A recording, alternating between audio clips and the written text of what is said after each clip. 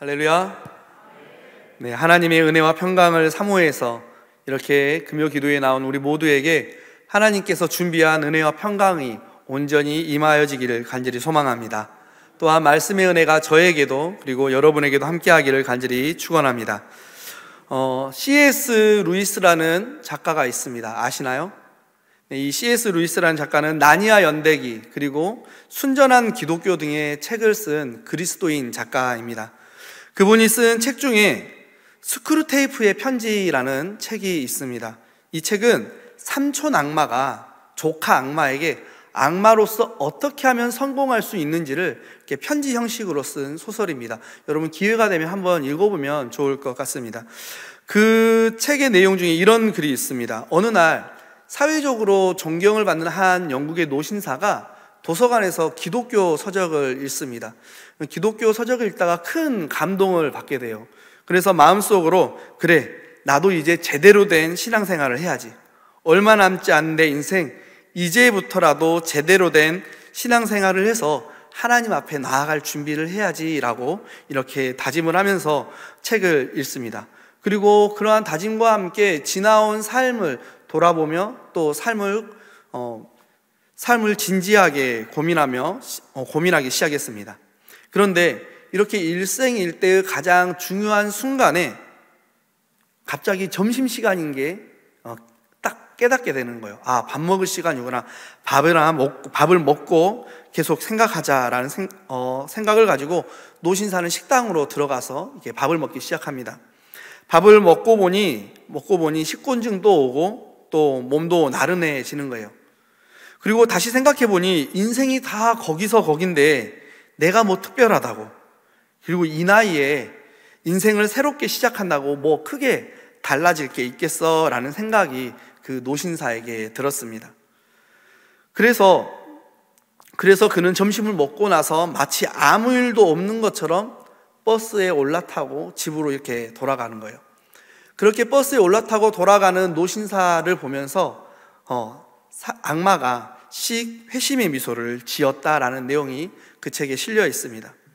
그런데 이 책을 읽다 보면은요, 이 책에 나오는 이야기들이 비단 소설 속에만 있는 것이 아니라 믿음의 삶을 살아가는 우리의 삶 속에서도 종종, 아니 때로는 왕왕 일어난다라는 것을 우리는 발견할 수 있게 됩니다.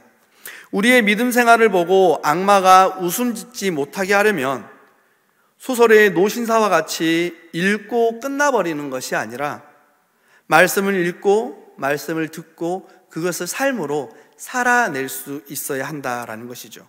그래야 악마가 웃음 짓지 못하는 주님께서 기뻐하시는 삶을 저와 여러분이 우리 모두가 살아낼 수 있다라는 것입니다. 그런데 이러한 하나님의 말씀, 이러한 깨달음이 있는 말씀을 접하지만 접하는 사람마다 그것에 대한 반응이 참 다양합니다. 이러한 사실을 우리 예수님께서 이미 2000년 전에 우리들에게 그리고 제자들에게 당시의 사람들에게 선포하셨습니다. 오늘 우리가 읽은 본문을 가리켜 흔히 씨 뿌리는 자의 비유라고 이야기를 합니다. 여기서 씨는 하나님의 말씀을 가리키고 있습니다. 그리고 그 씨를 뿌리는 사람은 다름 아닌 하나님이십니다. 오늘 본문이 나오기 전의 상황은 이렇습니다. 예수님께서 바다에서 큰 무리를 앉혀놓고 천국에 대해 비유로 가리키시는 거예요. 그 비유의 내용은 이렇습니다. 씨 뿌리는 자가 씨를 뿌리러 나가서 씨를 뿌렸는데 일부는 길가에 떨어져서 새들이 와서 먹어버렸다라는 거예요. 또 일부는 돌밭에 떨어졌는데 흙이 깊지 않아서 싹이 났지만 곧 말라서 죽어버렸다는 거죠. 또 다른 일부는 가시떨기에 떨어졌는데 좀 자라는가 싶더니 가시떨기가 기운을 막아서 결실하지 못하고 죽어버렸다라고 이야기를 합니다.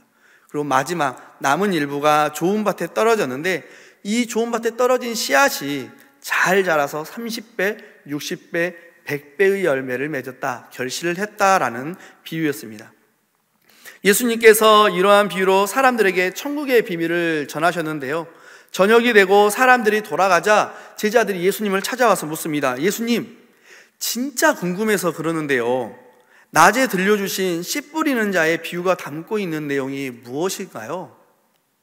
제자들의 물음에 예수님께서는 그 비유를 해석해 주시죠. 그리고 그 비유의 해석의 내용이 오늘 우리가 함께 읽은 본문인 것입니다. 예수님은 제자들에게 비유를 해석해 주십니다. 예수님의 비유의 해석을 보면은요, 땅에 뿌려진 씨는 모두 다 같은 하나님의 말씀입니다. 핵심은 씨가 뿌려진 밭에 관한 해석이다라는 것을 우리는 모두 알고 있습니다. 그러면 예수님은 씨가 뿌려진 이 네 밭에 대해 무엇이라고 말씀하시는가? 본문 15절 우리 같이 한번 읽어볼까요? 같이 읽겠습니다. 말씀이 길가에 떨어졌다는 것은 이들을 가리킴이니 곧 말씀을 들었을 때에는 사탄이 즉시 와서 그들에게 뿌려진 말씀을 빼앗는 것이요. 아멘. 예수님은 길가와 같은 마음을 가진 사람은 하나님의 말씀에 관심이 없는 사람이다 라고 말씀하고 있습니다. 그 사람들이 교회에 와요. 또 말씀을 듣기도 합니다. 하지만 말씀을 들어도 깨닫지도 못하고요, 깨달으려고 노력하지도 않습니다. 신앙생활에는 관심이 없고 다른 것에만 관심을 갖는 사람들입니다. 마가복음에서 이러한 길가에 해당하는 사람은 종교 지도자들이다 라고 밝히고 있습니다. 예수님께서 종교 지도자들을 가리켜서 마가복음 7장 13절에 이렇게 말씀하십니다. 너희가 전한 전통으로 하나님의 말씀을 폐하여 또 이 같은 일을 많이 행하느니라 하시고, 예수님이 보시기에 종교 지도자들은 하나님의 말씀을 받아들이고 또 결실하기는 고사하고 전통이라는 이름으로 하나님의 말씀을 폐하는 사람들이다라고 보셨다는 거죠. 그렇게 이들은 예수님의 말씀을, 그리고 예수님의 가르침을 전혀 받아들이지 않습니다. 오히려 그 말씀을 거부하는 사람들입니다. 참으로 길가와 같은 사람들이지 않을 수 없습니다. 그러면 두 번째, 돌밭에 떨어진 사람들은 어떻게 이야기하시는가? 본문 16절과 17절입니다. 우리 같이 읽어볼까요? 또 이와 같이 돌밭에 뿌려졌다는 것은 이들을 가리킴이니 곧 말씀을 들을 때에 즉시 기쁨으로 받으나 그 속에 뿌리가 없어 잠깐 견디다가 말씀으로 인하여 환난이나 박해가 일어난 때에는 곧 넘어지는 자요. 이 돌밭과 같은 마음을 가진 사람에 대해 예수님의 해석이 다른 마음보다 상당히 길게 이렇게 해석이 되어져 있습니다. 돌밭과 같은 마음을 가진 사람에게는 두 가지 특징이 있어요. 하나는요, 하나님의 말씀을 들을 때 즉시 기뻐 받는다는 겁니다. 아멘, 아멘, 감사합니다 하고 받는다는 거예요. 그리고 다른 하나는, 그런데 그렇게 기뻐 받았던 말씀으로 인해 박해가 오게 되면 곧 넘어진다는 거예요. 즉시 넘어진다라고, 빨리 넘어진다라는 특징이 있습니다. 이런 사람들은 하나님의 은혜를 받았다라고 말하면서도 교회 일 때문에, 믿음 때문에, 하나님 때문에 무슨 손해를 본다라고 생각이 들면 신앙생활을 그만두는 사람들이죠. 마가복음에서 이런 사람들은 어떤 사람들일까요? 마가복음은 이런 사람들이 제자들이다라고 이야기합니다. 물론 부활하신 예수님을 만나기 이전의 제자들 말입니다. 예수님과 함께 그들이 신앙생활을 할 때는 모든 사람이 주님을 버릴지라도 우리는 주님을 버리지 않겠습니다 라고 했던 이 제자들이 예수님께서 잡히시던 날 밤, 전에 했던 다짐이 무색해질 만큼 뿔뿔이 흩어져 도망을 가버렸죠. 말씀을 받을 때 기쁨이 넘쳤으나 시험과 환난이 오자 말씀을 떠나버린 돌밭과 같은 모습을 이 제자들에게 우리가 발견하게 됩니다. 가시떨기가 자라고 있는 밭에 대해 예수님은 18절과 19절에 이렇게 말씀하고 계세요. 18절과 19절 같이 읽어보겠습니다. 또 어떤 이는 가시떨기에 뿌려진 자니 이들은 말씀을 듣기는 하되 세상의 염려와 재물의 유혹과 기타 욕심이 들어와 말씀을 막아 결실하지 못하게 되는 자요. 가시떨기 밭에 해당하는 사람은 하나님의 말씀을 잘 듣는 사람입니다. 말씀을 듣기 위해 자리를 열심히 찾아다니는 사람입니다. 하지만 말씀 외에 다른 것들이 눈에 들어오고 또 귀에 들려온다는 것에 문제가 있죠. 그들을 그렇게 눈에 들어오고 귀에 들려오는 그것들을 예수님께서는 세상의 염려, 재물의 유혹, 그리고 기타의 욕심이다라고 말씀하십니다. 그리고 이런 것이 들어오면 말씀을 막는다라고 말씀을 하고 계세요. 19절에 막는다라는 단어가 있어요. 그렇죠? 이 19절에 막는다라는 단어는 헬라어로 쉼프니고라는 단어를 쓰고 있습니다. 이 쉼프니고라는 단어는 질식시키다, 제압하다라는 의미를 가지고 있어요. 한마디로 세상의 염려, 재물의 유혹 등이 말씀을 질식시켜서 열매를 맺지 못하게 한다라는 것입니다. 마가복음에서 이에 해당하는 사람은 영생을 찾아 예수님께 나온 부자 청년일 것입니다. 마가복음 10장 17절에 이렇게 나와 있어요. 예수께서 길에 나가실새 한 사람이 달려와서 꿇어 앉아 묻자오되 선한 선생님이여 내가 무엇을 하여야 영생을 얻으리이까? 부자 청년은요, 달려와서 무릎을 꿇어 앉을 정도로 예수님의 말씀을 들을 준비가 되어 있는 사람이었습니다. 이 청년은 어려서부터 십계명을 다 지키며 살았어요. 그래서 예수님도 이 청년을 보시면서 내가 이 청년을 사랑한다, 내가 이를 사랑한다 라고 마가복음 10장 21절에 기록하고 있습니다. 그러나 이 청년에게 영생을 얻기 위해 부족한 한 가지가 있었어요. 마가복음 10장 21절 우리 같이 한번 읽어볼까요? 같이 읽습니다. 예수께서 그를 보시고 사랑하사 이르시되 내게 아직도 한 가지 부족한 것이 있으니 가서 내게 있는 것을 다 팔아 가난한 자들에게 주라. 그리하면 하늘에서 보화가 내게 있으리라. 그리고 와서 나를 따르라 하시니. 아멘. 이 부자 청년에게 부족한 것은 재산을 다 팔아 가난한 사람들에게 나눠주고 예수님을 좇는 것이었습니다. 하지만 이 청년은 예수님의 그 말씀에 순종하지 못했습니다. 왜죠? 그 청년이 부자였어요. 재물이 너무 많았던 거죠. 그래서 슬픈 표정으로 근심하며 돌아갔다라고 성경은 기록하고 있습니다. 사랑하는 성도 여러분, 너무 많은 근심, 특별히 재물의 유혹에 대한 근심은 말씀을 질식시켜서 믿음을 자라지 못하게 합니다. 하나님도 좋고 세상도 좋아서는 도무지 말씀의 열매가 맺히지 못한다라는 것입니다. 그러면 예수님께서 하신 비유 중에 마지막 이 네 번째 좋은 밭에 대해 예수님은 무엇이라고 말씀하십니까? 우리 20절 같이 읽습니다. 좋은 땅에 뿌려졌다는 것은 곧 말씀을 듣고 받아 30배나 60배나 100배의 결실을 하는 자니라. 아멘. 좋은 밭과 같은 사람은 말씀을 듣고 깨달아서 그 깨달은 것을 삶으로 실천하는 사람입니다. 그래서 그의 삶 가운데 말씀의 열매들이, 믿음의 열매들이 30배, 60배, 100배나 맺게 되는 사람들, 그런 사람들이 좋은 밭과 같은 사람이다라고 예수님은 말씀하고 있습니다. 사실 오늘 본문 14절부터 20절까지의 말씀을요, 열매를 맺었는가라는 기준으로 보면 두 가지로 나눌 수 있어요. 열매를 맺지 못한 마음밭, 열매를 맺는 마음밭. 네 가지의 부류 중에 세 가지는 열매를 맺지 못했고 오직 좋은 밭이라고 칭해지는 사람만이 말씀의 열매를 맺을 수 있다라는 것입니다. 그만큼 말씀을 듣고 깨닫는 것이 쉽지 않다라는 거예요.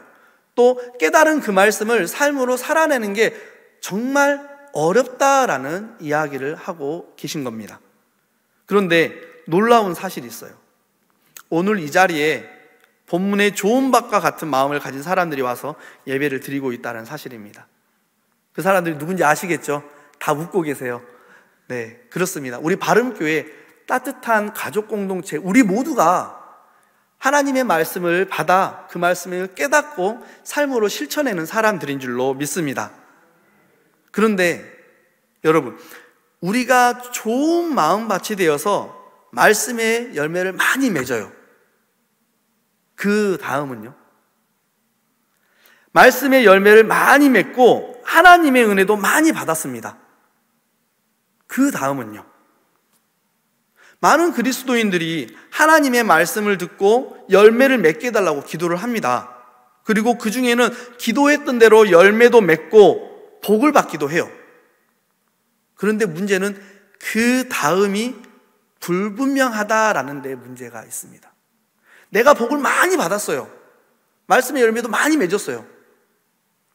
그 다음을 살아내야 되는데 그게 사실 좀 불분명할 때가 많이 있다라는 것입니다. 즉 오늘 본문 너머에 있는 예수님께서 천국의 비유를 해석해 주신 그 해석 너머에 있는 그 다음이 말씀의 결실을 한, 말씀의 열매를 맺은 우리들에게 필요하다라는 것입니다. 이에 대한 힌트를 우리는 예수님의 제자들을 통해서 발견할 수가 있습니다. 예수님께서 2000년 전, 20년이 아니죠. 예수님께서 2000년 전에 제자들에게 하나님의 말씀의 씨를 뿌렸습니다. 처음에는요, 예수님께서 뿌리신 그 말씀의 씨앗이 열매를 맺지 못하는가도 싶었습니다. 하지만 예수님께서 가르치심으로 씨를 뿌리신 이후 제자들의 믿음을 돌보시고 또 몸소 말씀에 결실 맺은 사람들의 삶을 보여주셨죠. 어느 때까지 그 모습을 보여주셨습니까? 십자가에 달려 죽기까지 말씀의 결실을 맺은 사람의 모습을 보여주셨습니다. 그리고 부활하심으로 말씀의 결실을 맺은 사람들의 삶이 어떻게 끝나는지를 우리에게 그리고 제자들에게 보여주셨습니다. 이러한 예수님의 씨 뿌리심과 돌보심과 본을 보이심을 통해서 예수님의 제자들에게 이렇게 뿌려진 말씀의 씨앗이 30배, 60배, 100배의 결실을 맺게 되었습니다. 이렇게 말씀의 결실을 맺은 이들의 모습이 어떠했을까? 그 모습을 제자들에게서 우리가 발견할 수가 있다는 거예요. 그런데 사실 성경을 읽다 보면 예수님의 부활 승천 이후에 제자들의 삶에 대해 그렇게 많은 부분 성경이 할애하고 있지는 않습니다. 베드로와 야고보 그리고 대부분 이제 사도 바울의 복음 전도에 대한 이야기들이 대부분을 차지하고 있죠.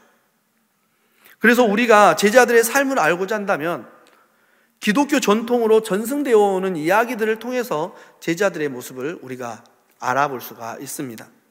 전승에 의하면요, 예수님의 부활 승천 이후에 제자들의 삶이 이러했다라고 해요. 예수님의 수제자 베드로죠. 이 베드로는 예루살렘 교회의 담임 목사였습니다. 복음을 전하기만 하면 3,000명이 넘는 사람들이 예수님을 믿게 되는 일들이 나타나는 사람이었어요. 그런 베드로가 예루살렘과 주변의 교회들을 돌보다가 십자가에 거꾸로 달려서 로마에서 순교했습니다. 베드로의 동생 안드레, 이 안드레는요, 예수님의 부활 승천 이후에 러시아로 건너가서 선교를 합니다. 복음을 전해요. 러시아에서 복음을 전하다가 그리스로 돌아왔을 때 그가 체포되어서 X자형 십자가에 달려 죽었다, 순교했다라고 전승되어 오고 있습니다. 사도 요한의 형 세베대의 아들 야고보, 이 세베대의 아들 야고보는 최초의 순교자였다라고 해요. 그리스도의 복음을 사수하다가 헤롯 아그리빠에게 순교를 당했습니다. 빌립은 그리스에서 복음을 전하다 순교를 당했고요. 빌립을 예수께로 인도한 바돌로메는 아라비아와 아르메니아에서 복음을 전하다가 붙잡혀서 산채로 모진 고문을 당하면서 순교를 했어요. 예수님의 못자국난 손과 또 창자국난 옆구리를 만짐으로써 예수님의 부활을 믿었던 이 도마는요, 페르시아와 인도에서 복음을 전하다가 순교했습니다. 세리마테는 아프리카로 갔다고 해요. 아프리카로 가서 복음을 전하다 그곳에서 순교했습니다. 알페오의 아들 야고보는 베드로와 함께 예루살렘 교회를 세운 이후에 교회를 끝까지 지키다가 유대인들에게 몽둥이로 맞아서 죽었다, 순교했다라고 전승되어지고 있습니다.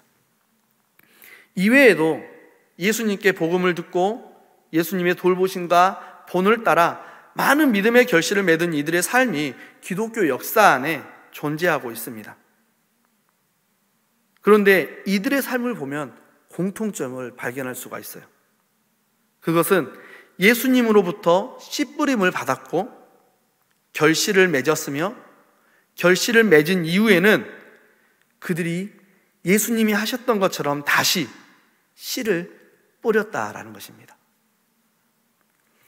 10월 6일 날 금요 기도회 때 담임 목사님께서 말씀을 전해주셨는데 그 말씀 가운데에 1세기의 복음이 21세기에도 여전히 전파되고 있다라고 하셨어요. 1세기의 복음이 어떻게 21세기에도 여전히 전파되고 있을까? 그 이유가 바로 씨 뿌림을 받고 결실한 자들이 또다시 씨를 뿌렸기 때문입니다. 그렇습니다. 말씀의 씨 뿌림을 받고 결실을 맺은 사람들은 다시 씨 뿌림으로 결실 맺은 이후의 삶을 살았습니다. 그리고 그 결과 복음의 씨 뿌림, 말씀의 씨 뿌림이 지금까지 이어졌고요.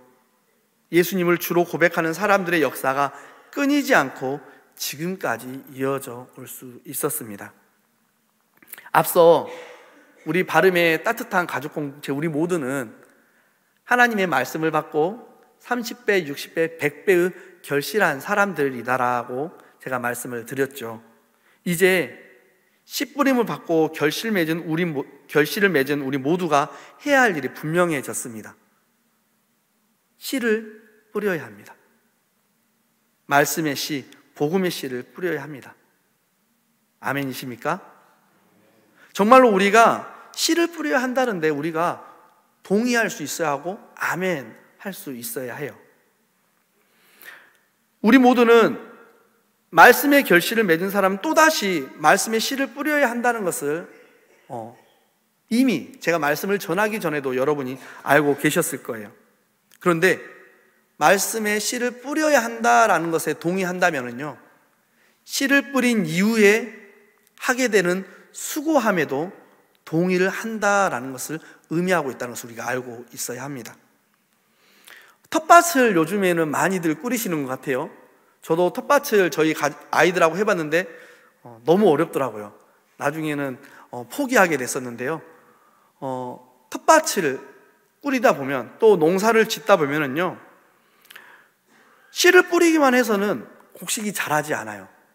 씨를 뿌려놓고 또 씨가 잘 자랄 수 있도록 물도 주고 거름도 주고 잘 돌보아야 싹이 트고 그 싹이 자라서 열매를 맺게 됩니다.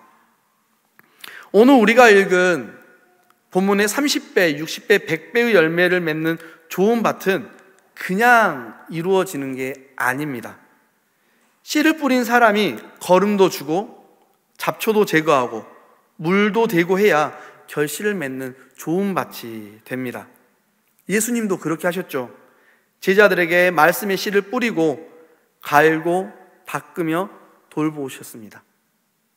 그리고 나중에는 자신의 피와 살을 제자들이 결실을 맺을 수 있도록 제자들의 그 마음밭에 뿌리셨습니다.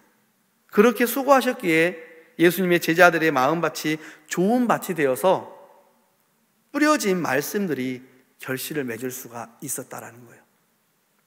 우리도 예수님을 따라 복음의 씨앗을 뿌렸다면 또다시 예수님을 따라서 섬김의 수고, 선한 행실의 수고, 믿음의 본을 보이는 수고를 아끼지 않아야 할 줄로 믿습니다. 그래야 우리가 복음의 씨를 뿌린 그 밭이 좋은 밭이 되어서 결실할 수 있기 때문입니다. 우리 사랑하는 성도 여러분, 우리가 복음의 결실을 맺었기에 이제는 복음의 씨를 다시 뿌리는 자가 되기로 했습니다. VIP 초청주일이 이제 이틀 남았어요. 내일이면 남은 일정이 다 끝나고 20일 내일 모레 VIP 초청주일을 하게 됩니다.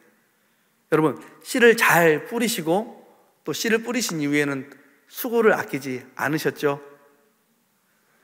여러분이 수고하신 초청 대상자의 마음밭이 좋은 밭이 되어 여러분이 뿌린 이 복음의 씨앗들이 결실할 수 있기를 간절히 소망합니다. 혹 지금 당장이 아니더라도 우리가 씨 뿌리기와 또 수고하기를 그치지 않는다면 하나님께서는 반드시 결실을 맺게 하실 줄로 믿습니다.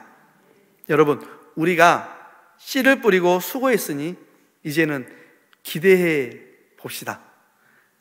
하나님께서는 눈물과 기도로 씨를 뿌리고 또 힘써 수고한 이들에게 기쁨으로 단을 거두게 하시는 분이시기 때문입니다.